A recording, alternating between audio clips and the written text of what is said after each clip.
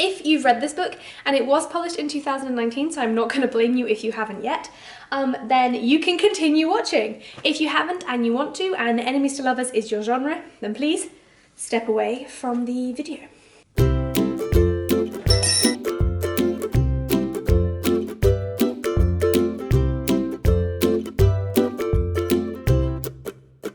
Alright, so as I said in my wrap-up, The Unhoneymooners by Christina Lauren was very average for me. I gave it a 3 stars, and I just wanted to talk a little bit about why that was, what I'd liked about it, what I didn't like about it in a more in-depth way. This book is about 2 people who, so the sister of the bride and the brother of the groom, who are the only people who don't eat from the wedding buffet.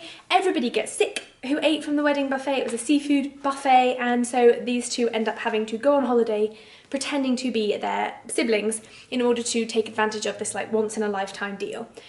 Once there, you know, there are complications. They have to pretend to be a couple.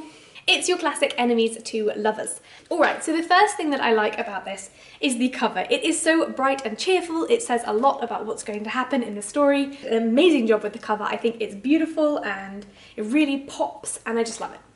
Alright, so the characters. The main girl is called Olive, and she is a twin. She is the bad luck twin compared to her sister, who is the good luck twin, who enjoys entering competitions and winning things.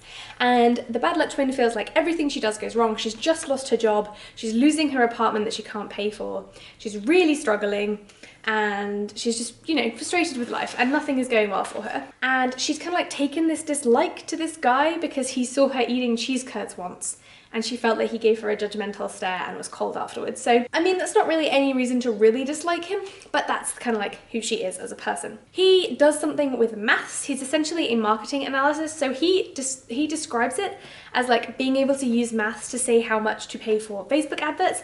But I know people who do that job, and they do not think that it is very particularly mathy. They think it's very much a matter of understanding the market, certainly.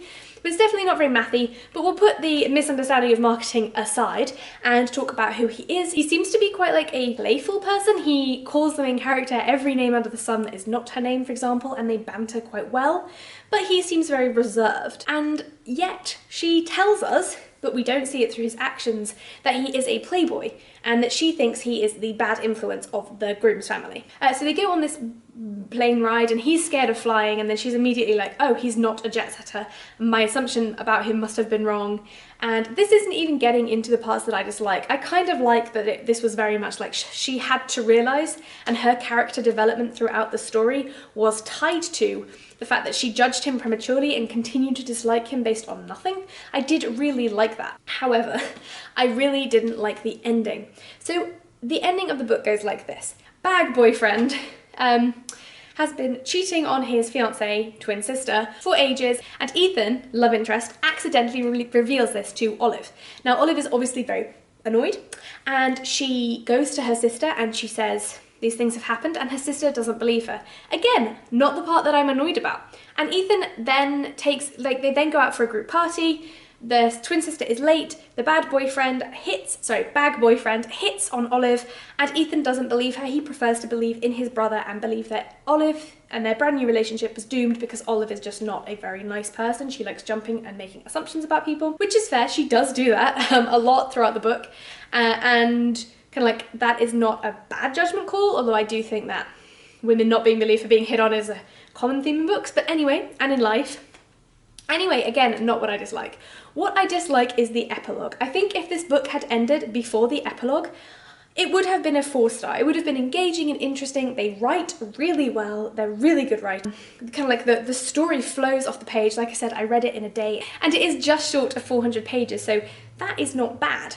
However, the epilogue completely ruins it, because the character arc that we had experienced throughout the story of Olive, kind of like becoming a less judgmental person and less kind of like focused on her bad luck, hyper-focused in many ways, she becomes this very different person, and because we're not there to see it, it feels very jarring and jolting, and honestly, without the epilogue, this book would have been so much better. In the epilogue, we have an Olive and an Ethan going on holiday with twin sister and new boyfriend, who is Ethan's like doctor, I think. Side note, is that what happens in the US? Do you go around like setting people up with your doctors? Because I don't even know my doctor that well. Anyway, they're all going back to Hawaii, which is where Ethan and Olive obviously like figured out their differences and fell in love. And while there, Olive has planned all of the activities. Now, throughout the book, she calls herself a homebody, and she says there is nothing better than being at home. She loves being at home, she loves being comfortable. And in the last page or two, she says something like, I don't want to be safe anymore, I don't want to be comfortable anymore. But that's not really a character progression that we see. In fact, the way that she gets out of her unemployment during the book is that she depends on her family to set her up with a job in one of their chains of restaurants, which is very safe, I think, and very comfortable, especially when your family hire you. And apparently can just take the whole day off. Like, they'll close the restaurant for a day and have fake customers in so that you can reconcile with your boyfriend. No.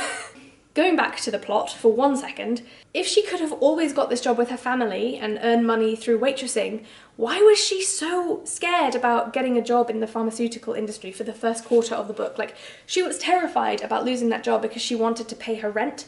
And then when she's waitressing, and then when she loses that job later on, she just gets a job as a waitress and she doesn't need to worry. And that's a huge plot hole I'm really annoyed about. But anyway, so at the end of the book, as I said, they have gone back to Hawaii, and now Olive is the one who wants to like jump off high platforms and go abseiling and do all of these brave things. Now, I'm not saying that homebodies can't have fun.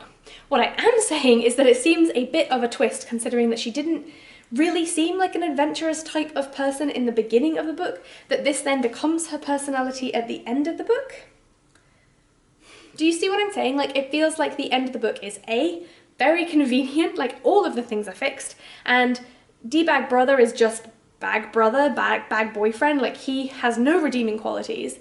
And, you know, he's a jock, so obviously we're supposed to hate him throughout the book, and we should have known, you know, going in that he was cheating because he is a jock who likes football and drinking. But ignoring all of the stereotypes and ignoring the fact that she's the stereotypical clumsy bad luck girl at the start of every romance ever and the guy fixes it all for her, ignoring all of that, it just feels like the epilogue was written for a different book. It really does. Like I said, I did enjoy it, I thought it was well written. I don't necessarily think you shouldn't pick it up, but I think you should pick it up as a light-hearted romance and not expect too much from it.